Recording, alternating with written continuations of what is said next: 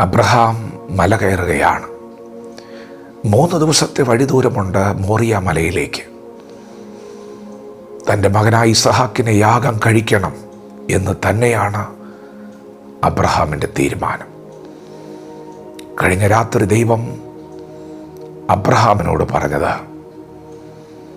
നീ സ്നേഹിക്കുന്ന നിന്റെ ഏകജാതനായ ഇസഹാക്കിനെ മോറിയാദേശത്തെ മലയിൽ കൊണ്ടുപോയി ഹോമയാഗം കഴിക്കണം.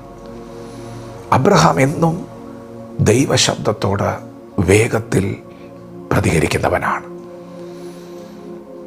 ഒരു പിതാവിനും താങ്ങുവാൻ കഴിയുന്നൊരു ശബ്ദമല്ല താൻ കേട്ടത്. നീണ്ട 25 വർഷത്തെ കാത്തിരിപ്പിനൊടുവിൽ ലഭിച്ച മകനെ ഓമനിച്ച് കൊതി തീരുന്നതിന് മുൻപ് യാഗം കഴിക്കണമെന്ന് പറഞ്ഞാൽ അത് ഒരപ്പനും താങ്ങുവാൻ കഴിയുകയില്ല. എന്നാൽ സത്യത്തിൽ ദൈവം അബ്രഹാമിനെ പരീക്ഷിക്കുകയായിരുന്നു. പ്രിയപ്പെട്ടവരെ, അത് അബ്രഹാം അറിഞ്ഞില്ല. അബ്രഹാം ദൈവശബ്ദം കേട്ടു. അതികാലത്തെഴുന്നേറ്റ് കഴുതയ്ക്ക് കോപ്പിട്ട് കെട്ടി ഹോമയാഗത്തിനുള്ള വിറകെടുത്ത് ഇസഹാക്കിനെയും കൂട്ടി യാത്ര പുറപ്പെട്ടു. അതികാലത്ത് തന്നെ എഴുന്നേൽപ്പിച്ചതും യാത്രയ്ക്ക് പുറപ്പെടാൻ ബലം നൽകിയതും 3 ദിവസത്തെ വഴിദൂരം യാത്ര ചെയ്ത് മോറിയാദേശത്തെത്തിച്ചതും തൻ്റെ അകത്തു വ്യാപരിച്ച വിശ്വാസമാണ്. പ്രിയപ്പെട്ടവരെ, യാഗപീഠം പണിത് വിറകടുക്കി വെച്ച് ഇസഹാക്കിനെ യാഗപീഠത്തിന്മേൽ കിടത്തി മകനെ അറുക്കുവാൻ കത്തിയെടുക്കുമ്പോൾ അബ്രഹാമിൻ്റെ അകത്ത് വ്യാപരിച്ചൊരു വിശ്വാസമുണ്ട്.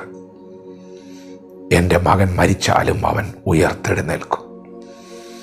എൻ്റെ മകൻ മരിക്കും, പക്ഷേ ഞാൻ ഇവിടുന്ന് തിരിച്ചു മടങ്ങുമ്പോൾ അവൻ ഉയർത്തെഴുന്നേറ്റവനായി എന്നോട് കൂടെയുണ്ടായിരിക്കും. ഇതാണ് അബ്രഹാമിൻ്റെ അകത്ത് വ്യാപരിച്ചു കൊണ്ടിരുന്നത്. വഴിയാത്രയിൽ ദൈവം ഒരു ആട്ടിൻകുട്ടിയെ കരുതും എന്നൊന്നുമല്ല, കത്തി ഓങ്ങുന്നതിന് മുൻപ് ബാലൻ്റെ മേൽ കൈവയ്ക്കരുത് എന്ന് ദൈവം പറയും എന്നുള്ള പ്രതീക്ഷയുമല്ല. അബ്രഹാം അതികാലത്തെഴുന്നേറ്റത് മുതൽ അവൻ്റെ അകത്ത് കത്തിക്കൊണ്ടിരുന്ന വിശ്വാസം, എൻ്റെ ദൈവം മരിച്ചവരെ ഉയർപ്പിക്കുന്നവനാണ്. അതെ, എൻ്റെ മകൻ ഇസഹാക്ക് ഉയർത്തെഴുന്നേൽക്കും. അവനെ മരണത്തിന് പിടിച്ചു വയ്ക്കാൻ കഴിയുകയില്ല. മരണപാശകൾ അവനെ വരിഞ്ഞു മുറുക്കിയാലും അവനെ മരണത്തിന് പിടിച്ചു വയ്ക്കാൻ കഴിയില്ല. എൻ്റെ മകൻ ഉയർത്തെഴുന്നേൽക്കും. പ്രിയപ്പെട്ടവരെ, ഇതായിരുന്നു അബ്രഹാമിൻ്റെ വിശ്വാസം. ഇതാണ് അവൻ്റെ അകത്ത് വ്യാപരിച്ചു കൊണ്ടിരുന്നത്. എങ്ങനെയാണ് അബ്രഹാമിന് ഇത്ര വലിയ വിശ്വാസം ഉണ്ടായത്? കഴിഞ്ഞ രാത്രി കേട്ട ശബ്ദം താങ്ങുവാൻ കഴിയുന്നതല്ല എങ്കിലും അതിനും മുൻപ് ഇന്നലകളിൽ ദൈവം അവനോട് പറഞ്ഞൊരു ശബ്ദമുണ്ട്. ഇസഹാക്കിൽ നിന്ന് ജനിക്കുന്നവർ നിന്റെ സന്തതി എന്ന് വിളിക്കപ്പെടും. നിന്റെ മകനായ ഇസഹാക്കിൽ നിന്ന് ജനിക്കുന്നവർ നിന്റെ സന്തതി എന്ന് വിളിക്കപ്പെടും. ഞാൻ നിന്റെ മകനായ ഇസഹാക്കിനോട് നിയമം ചെയ്യും, നീ ബഹുജാതികൾക്ക് പിതാവാകും. അബ്രഹാം വ്യക്തമായി കേട്ടൊരു ശബ്ദമുണ്ട്.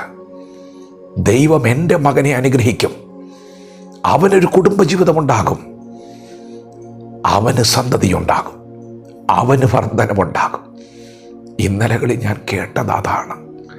എൻ്റെ ദൈവം ബോഷ്ക്ക് പറയില്ല.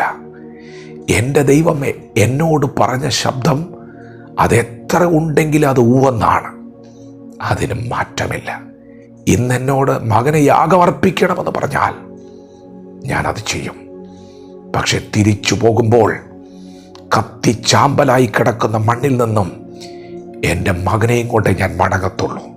കാരണം ഇന്നലകളിൽ ഞാൻ കേട്ട ശബ്ദം അങ്ങനെയാണ്. പ്രിയപ്പെട്ടവരെ, നിങ്ങളുടെ അകത്ത് വചനമുണ്ടോ? ഇന്നലകളിൽ നിങ്ങൾ എന്താണ് കേട്ടത്? നിങ്ങളത് വിശ്വസിക്കുന്നുണ്ടോ? അങ്ങനെയെങ്കിൽ ഇന്ന് പകൽ അത് വ്യാപരിക്കാൻ പോവുകയാണ്. നിങ്ങൾ കേട്ടത് നിങ്ങളുടെ ഹൃദയത്തിൻ്റെ അകത്ത് കത്തിക്കൊണ്ടിരിക്കുന്നത് വ്യാപരിക്കാൻ പോവുകയാണ്. ദൈവത്തിനറിയാമായിരുന്നു അബ്രഹാം മകനെ അറുക്കുമെന്ന്. അബ്രഹാമിൻ്റെ അകത്ത് വ്യാപരിക്കുന്ന വിശ്വാസം ദൈവം കണ്ടു. പ്രിയപ്പെട്ടവരെ, ഇന്ന് പകലും വിശ്വാസം വ്യാപരിക്കട്ടെ. ഇന്നലകളിൽ കേട്ടതൊന്നും മറക്കരുത്. നിങ്ങൾ കേട്ട ദൈവശബ്ദം നിങ്ങളുടെ ജീവിതത്തിൽ, നിങ്ങളുടെ തലമുറയിൽ ചലിക്കാൻ പോവുകയാണ്. ദൈവവചനത്തോട് പ്രതികരിക്കാം.